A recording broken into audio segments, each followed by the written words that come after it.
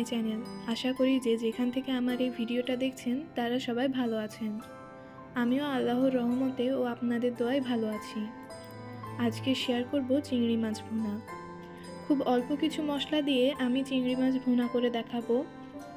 চিংড়ি মাছে বেশি মশলা ব্যবহার করলে আমার মনে হয় চিংড়ি মাছের টেস্ট নষ্ট হয়ে যায়, তাই আমি কোনো বাটা মশলা ব্যবহার ছাড়াই চিংড়ি মাছ ভুনা করে দেখাবো।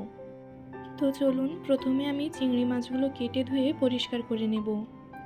অনেকেই আছেন চিংড়ি মাছের মাথা খোলস সহ রান্না করেন, কিন্তু আমাদের বাসার কেউই চিংড়ির মাথার খোলসটা পছন্দ করে না, তাই আমি বাদ দিয়ে এই মাছগুলো কেটে নিচ্ছি। আপনারা চাইলে এই মাথার খোলসটা রাখতে পারেন। অনেকেই আবার মনে করেন এই খোলসটা বাদ দিলে চিংড়ি মাছ রান্নার সময় আকারে ছোট হয়ে যায়, তাই এই জন্য আমি চিংড়িগুলোর ভেতরে একটা করে টুথপিক গেঁথে দেব। আর একটা কথা, চিংড়ির ভেতরে একটা রগ থাকে, সেটা অবশ্যই ফেলে দিতে হবে। আমিও সেটা ধোয়ার সময় ফেলে দিয়েছি। চিংড়ি মাছের মাঝখান থেকে একটা খোলস কেটে ফেলে সেখান থেকে রগটা আমি বের করে ফেলেছি। আপনারা চাইলে লেজটার দিকেও কেটে ফেলে রগটা বের করে নিতে পারেন। টুথপিক গেঁথে নিলাম সবগুলো চিংড়ির ভেতরে। এবার রান্নার জন্য নিয়েছি 1 কাপের মতো পেঁয়াজ কুচি, ছোট একটা রসুন কুচি, 4টা কাঁচা মরিচ। ওদিকে চুলায় একটা প্যান বসিয়ে পরিমাণ মতো সরিষার তেল গরম হতে দিয়েছি। তেলটা গরম হলে একে একে পেঁয়াজ কুচি, রসুন কুচি, মরিচ কুচি দিয়ে একটু ভেজে নেব। এখানে আমি সরিষার তেল ব্যবহার করেছি, আপনারা চাইলে সাদা তেল দিয়েও রান্নাটা করতে পারেন। এগুলো আমি বেশি ভাজবো না। এখানে আমি কোনো আদা রসুন বাটা ব্যবহার করব না। আমার মনে হয় চিংড়ির যে একটা আলাদা গন্ধ থাকে সেটা আদা ও রসুন বাটা দিলে নষ্ট হয়ে যায়। রসুন বাটা না দিয়ে যদি রসুন কুচি দেওয়া যায় তাহলে চিংড়ির স্বাদটা ঠিক থাকে। কারণ আমার মনে হয় রসুন বাটাতে একটু বেশি ঝাঁজ থাকে, কিন্তু রসুন কুচিতে তেমন ঝাঁজ থাকে না। ওই জন্য আমি রসুন কুচিটাই ব্যবহার করেছি। এবার দেব স্বাদ মতো লবণ। আমি 1/2 চা চামচ লবণ দিয়েছি। আবারও সবগুলো নেড়েচেড়ে দেব। এই লবণটা দেওয়ার কারণে পেঁয়াজটা তাড়াতাড়ি নরম হয়ে আসবে।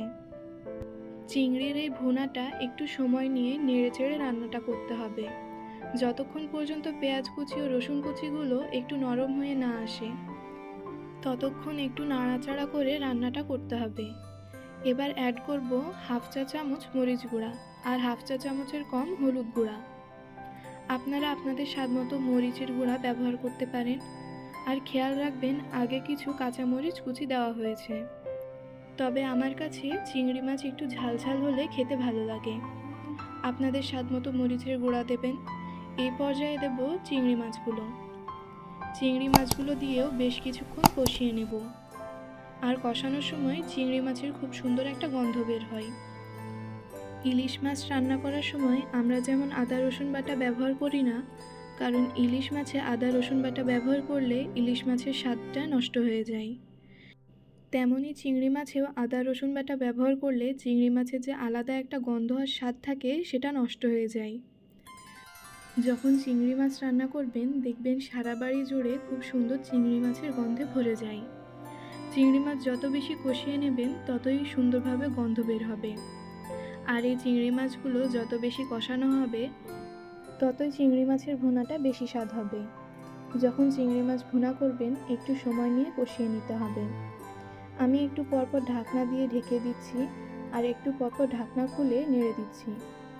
এখানে চুলার আঁচ মিডিয়ামে রেখে রান্নাটা করতে হবে, আর খেয়াল রাখতে হবে নিচ থেকে যেন ধরে না যায়। আমি ঢাকনা দিয়ে চিংড়ি মাছগুলো কষাতে চেষ্টা করেছি, এতে করে চিংড়ির যে গন্ধটা সেটা ভিতরে থেকে যাবে। যদি ঢাকনা ছাড়া রান্না করেন তাতে এর গন্ধটা বের হয়ে যাবে, আর পেঁয়াজ ও চিংড়িগুলো একটু সেদ্ধ হতে সময় লাগবে। এজন্য আমি মাঝে মাঝে ঢাকনা দিয়ে ঢেকে দিয়েছি আর রান্নাটা করেছি। এখন কি যে সুন্দর চিংড়ি মাছের গন্ধ বের হচ্ছে, আপনারা যখন রান্না করবেন তখন বুঝবেন।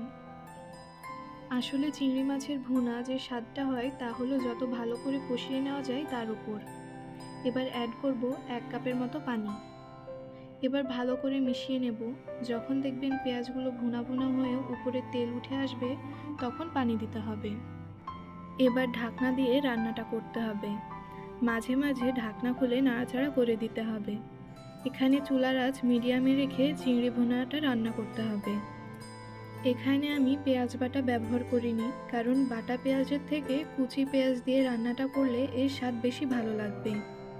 এভাবে যদি রান্না করা যায় দেখবেন বাড়ির সবাই কত পছন্দ করবে। আমার এই পর্যায়ে কিন্তু রান্নাটা হয়ে গেছে। আমি খুন্তির সাহায্যে পেঁয়াজগুলো একটু গলিয়ে নিচ্ছি। আপনারা চাইলে এখানে নামিয়ে নিতে পারেন। আমি আর শুকিয়ে নেব না। এই পর্যায়ে পেঁয়াজ ও রসুন কুচিগুলো একটু গলে এলে চুলা থেকে নামিয়ে নেব। আমার বিশ্বাস এভাবে রান্না করলে অসম্ভব মজা হবে। আর এটা রান্না করা খুবই সহজ। মশলা বাটার কোনো ঝামেলা নেই। আর কোনো মশলা ছাড়া যদি এত সুস্বাদু রান্না করা যায় তাহলে তো কোনো কথাই নেই। তো আমার রেসিপিটা যদি আপনাদের ভালো লাগে তাহলে অবশ্যই বাসায় একবার ট্রাই করবেন আর আমাকে কমেন্ট বক্সে জানাতে ভুলবেন না। আর আমার চ্যানেলে নতুন হলে সাবস্ক্রাইব করবেন আর পাশে থাকা বেল আইকনটি অন করে রাখবেন। এতে করে আমি কোনো ভিডিও দিলে আপনারা নোটিফিকেশন পেয়ে যাবেন। সবাই ভালো থাকবেন। আল্লাহ হাফেজ।